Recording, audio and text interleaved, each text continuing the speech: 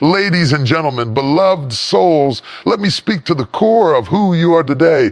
Not the face you put on in front of people, not the smile you wear while you're breaking inside, but the real you, the you who cries in silence, wrestles with doubt, battles with fear, sometimes feels stuck in storms that were stirred not by other people, but by your own emotions. I didn't say your neighbor. I didn't say your ex. I didn't say the economy, your boss, your mama, or the devil. No. Your greatest enemy lies within.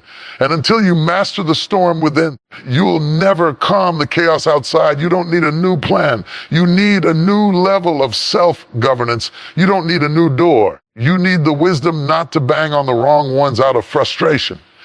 See, emotions will lie to you. They will tell you to quit right before the breakthrough. Emotions will scream, "You're not enough," when heaven has already stamped you with divine purpose.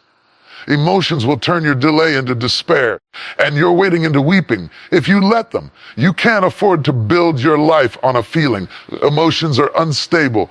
One moment you feel like a conqueror. The next you feel crushed. One text message changes your mood. One rejection shakes your confidence. One misunderstanding ruins your day, and you call it normal. I came to tell you that is not how you're supposed to live. You were not created to be driven by emotions. You were created to govern them. Anything that governs you becomes your master. If anger governs you, it owns you. If fear governs you, it cages you. If bitterness governs you, poisons you. And if comparison governs you, it drains you. Your destiny is too important to be controlled by momentary emotions. Because let me tell you this, emotions don't care about your future. They only care about right now. They don't care about who you're becoming. They care about comfort in the moment. If you keep bowing to them, you will abort what's been birthed in you. You can feel the emotion. Yes, but you cannot follow it. You can acknowledge it, but you cannot allow it to lead.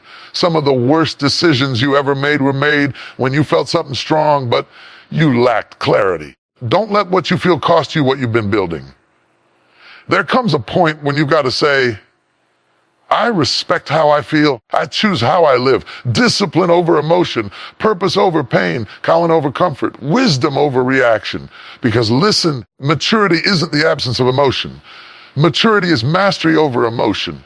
Can you hold your peace when chaos is raging? Can you wait when you want to rush? Can you love when you feel like lashing out? Can you stay planted when your emotions are screaming for you to run? So no, it's not them. It's not life. It's not even the devil. The biggest enemy you'll have to defeat is not out there.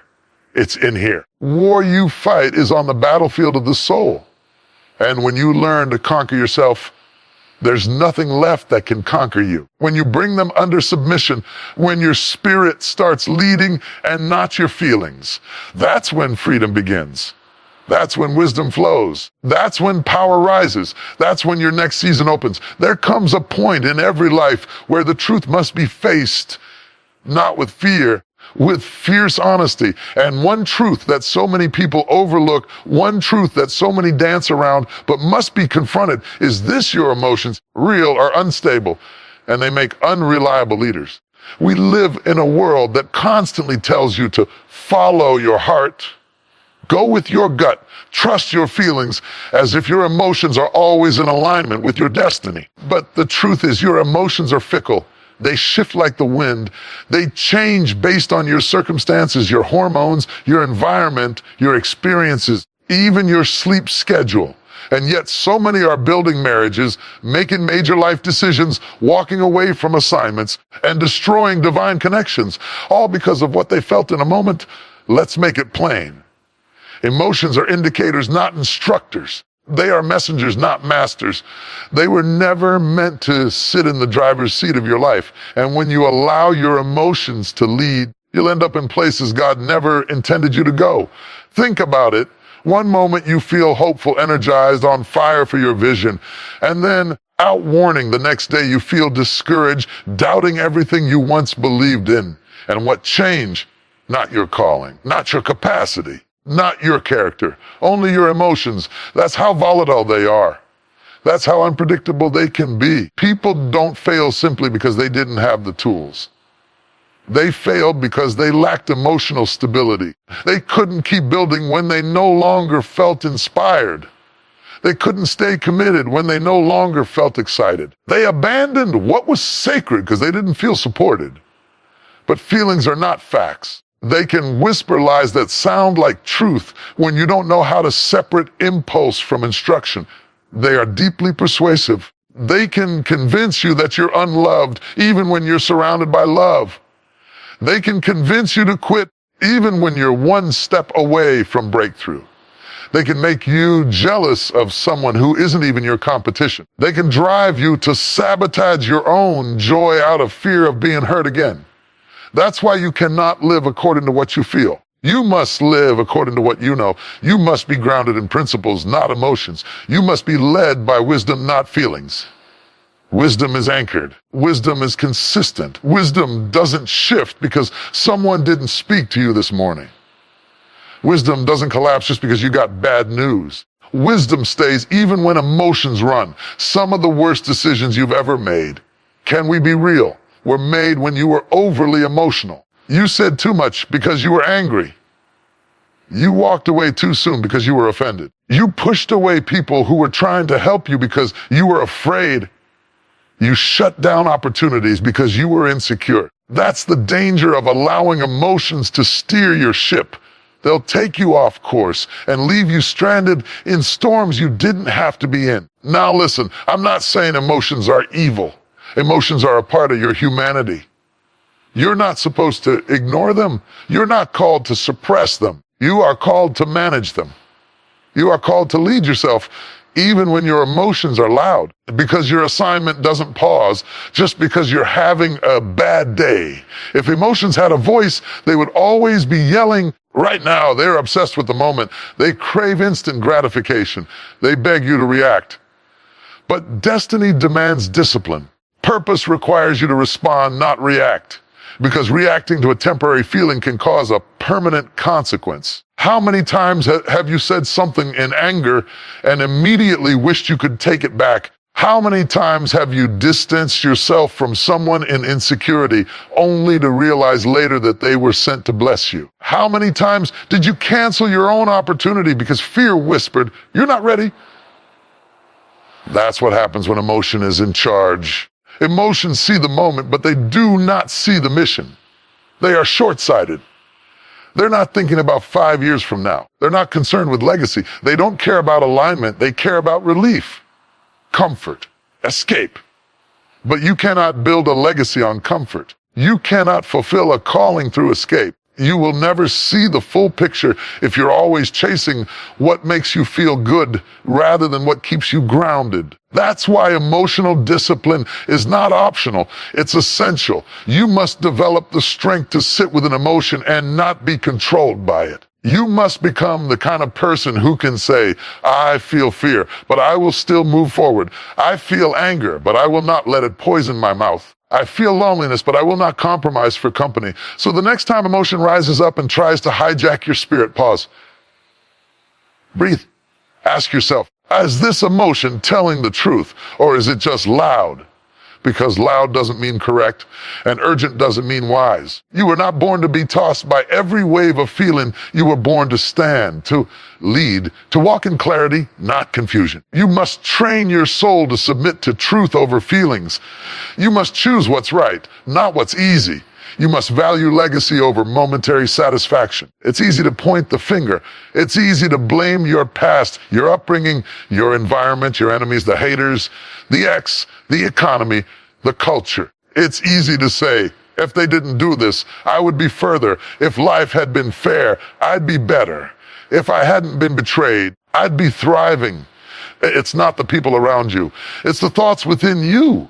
It's not the weapons formed against you. It's the war you're waging within yourself. It's not what they did to you.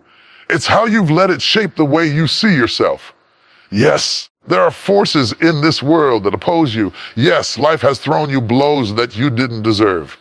Yes, people have let you down, hurt you, walked away, misunderstood you, and misused you. But even after they left, even after the storm passed, even after the situation ended, you were still stuck. Why? Because the real enemy didn't walk away. The real enemy took up residence in your mind. The biggest strongholds are not physical prisons. They are mental ones. The bars of fear, the chains of insecurity, the echo of "I'm not good enough," the shadow of past trauma, the whispers of shame, the voice that tells you, "Don't try, you'll fail again." Those are the battles that leave people stuck for years. Not because they're not capable, not because they don't have potential, but because the fight within them is louder than the opportunity in front of them. That's why some people sabotage blessings. That's why they walk away from healthy love. That's why they quit before the breakthrough. That's why they numb themselves, hide themselves, or shrink themselves, not because of the devil outside, but because of the doubt inside. The mind becomes the battlefield. And until you win there, you'll lose everywhere. See, when you don't deal with your internal battles, you become your own resistance. You become the wall you keep hitting. You become the voice of limitation. And no matter how many doors open, no matter how many people encourage you, no matter how much potential surrounds you, you will find a way to disqualify yourself. Because when you are at war with you, no one else has to fight you. You're doing all the work yourself. This is the unseen battle. This is the war behind the smile. This is the struggle no one sees on Instagram. This is the pain that doesn't show up in your outfit, lives in your thoughts. And here's the powerful thing about it, because the battle is internal, so is the victory. That means you don't have to wait for the world to change.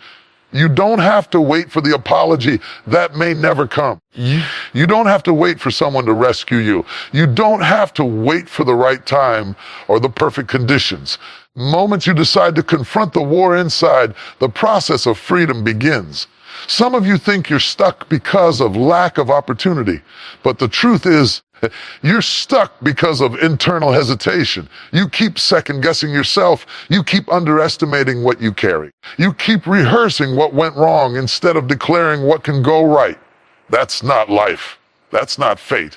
That's not God holding you back. That's a battle in your soul, and until you face it, you'll keep calling delay what is actually internal sabotage. That inner battle, the one between fear and faith, between flesh and spirit, between past pain and future promise, that is the greatest war you'll ever fight. Because once you win there, you'll stop retreating.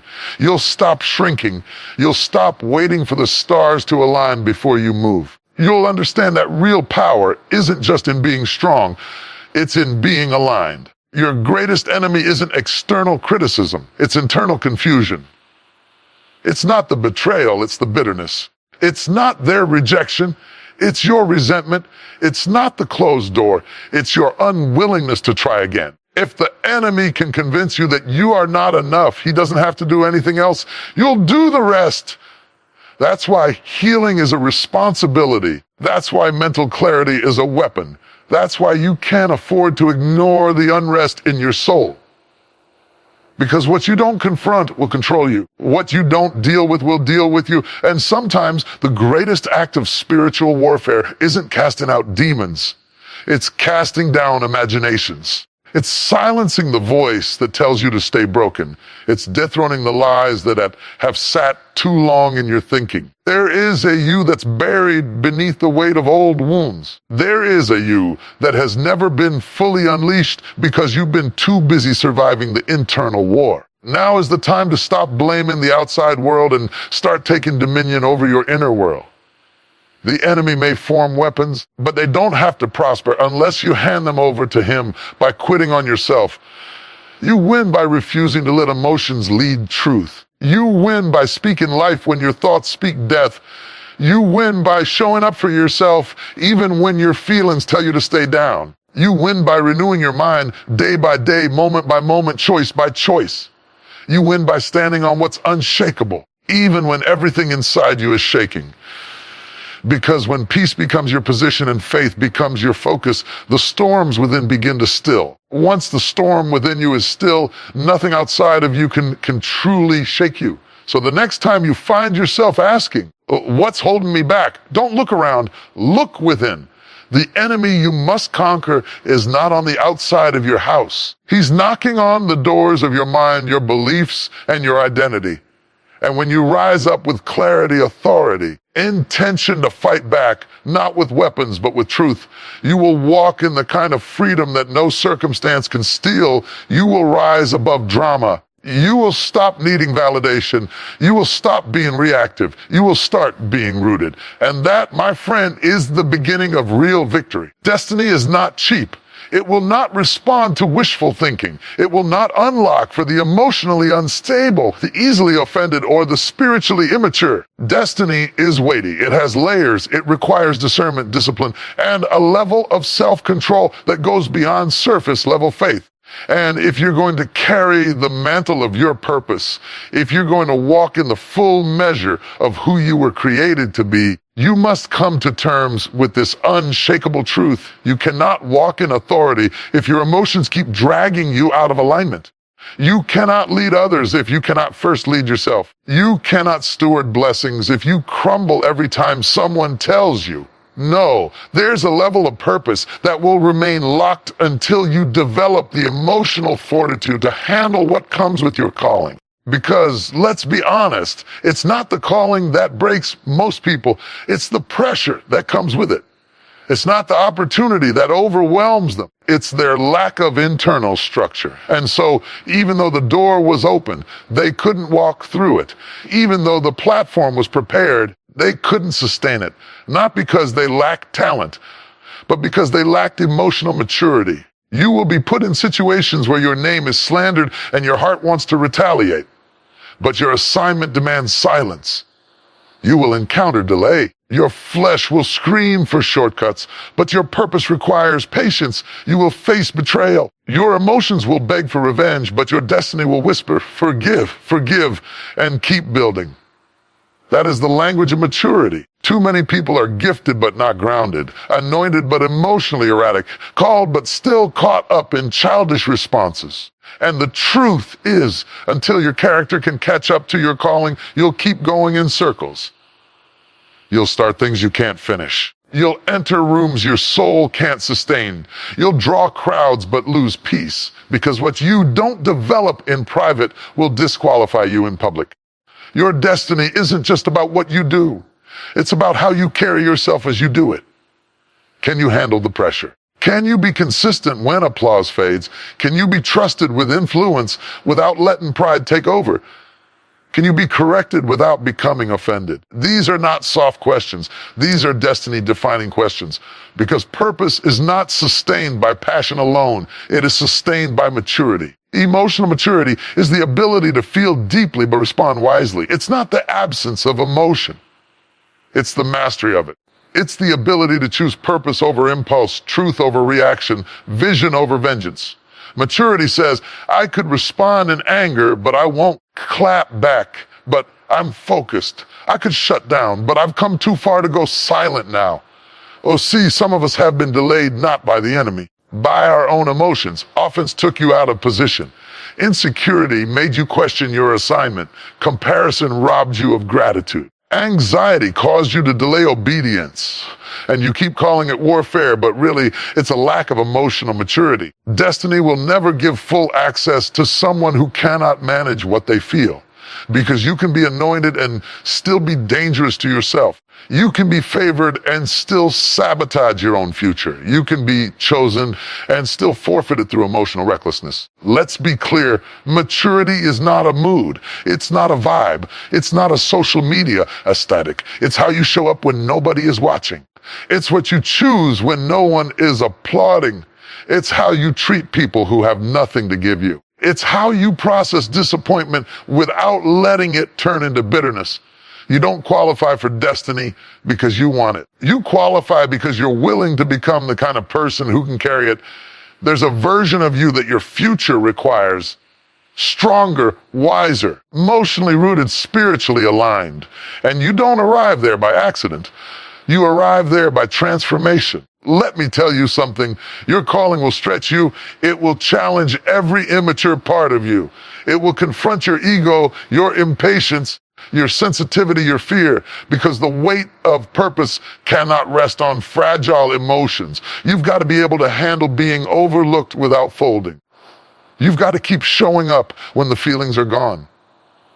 You've got to lead yourself before you try leading others. There are blessings you're praying for that God hasn't withheld. He's just waiting for you to grow into the emotional stature required to receive them. Some doors are not locked, they're just delayed until you can be trusted on the other side of them. You start by taking ownership. You stop blaming everyone else for your emotional instability. You begin to trace your triggers, confront your wounds, and develop healthy ways of responding. You pause before you speak. You breathe before you react. You sit with your discomfort instead of running from it. You surround yourself with wise counsel instead of feeding off your feelings. You study your patterns. You ask hard questions. You hold yourself accountable. You heal, not just so you feel better, but so you can become better. And you stop letting your emotions make decisions your future has to pay for. This kind of growth takes time. It's not flashy. It won't always be noticed, but it will build the kind of foundation that purpose can rest on. Because when the pressure comes, and it won't break you. You'll be too grounded to fall apart. You'll be too rooted to be moved. You'll be too focused to be distracted. That's the power of emotional maturity. And care enough. You've got too much inside of you to be ruled by what's going on around you. There is destiny waiting on the other side of your development. You've got to want it enough to grow. You've got to stop settling for emotional habits that feel good but keep you stuck. You've got to be willing to stretch, to rise, to shed the old ways of reacting and embrace the discipline of transformation. There is a kind of freedom that money can't buy, a kind of peace that cannot be faked, a level of clarity that cuts through chaos like a sword. Kind of inner stability doesn't come from the outside in, it comes from the inside out. It is birth when you make the conscious, intentional, often uncomfortable decision to master your emotions. Because let me tell you something, emotions make wonderful messengers, but terrible masters. When emotions rule, life feels foggy, choices feel heavy. You feel pulled in every direction by things you can't explain. You find yourself reacting instead of responding, exploding instead of reflecting, isolating instead of communicating. That's not freedom. That's bondage dressed up in a temporary mood swing. True freedom is not found in doing whatever you feel like doing. True freedom is found in having the power to choose what is right, even when emotions are pulling you in the opposite direction. Freedom is not about escaping emotion. It's about knowing how to walk through it without letting it hijack your mind, your mouth, or your mission. When you don't master your emotions, they master you. And a mastered person cannot be manipulated. A stable person cannot be baited. A focused person cannot be shaken by every wave of feeling. Some people aren't walking in freedom, not because the prison door is locked, because they've handed the keys over to their feelings. Their anger controls their actions. Their fear dictates their decisions. Their insecurity filters every relationship. Their shame determines what they believe they deserve. And until you deal with what's ruling you, you'll keep wondering why everything feels heavy even when life seems fine on the outside. When emotions are in charge, peace is impossible. Why? Because peace requires stillness. But emotions, especially unmanaged ones, thrive on noise. They're loud. They stir up fear, resentment, regret, jealousy, confusion. They cloud your thinking. They keep you reliving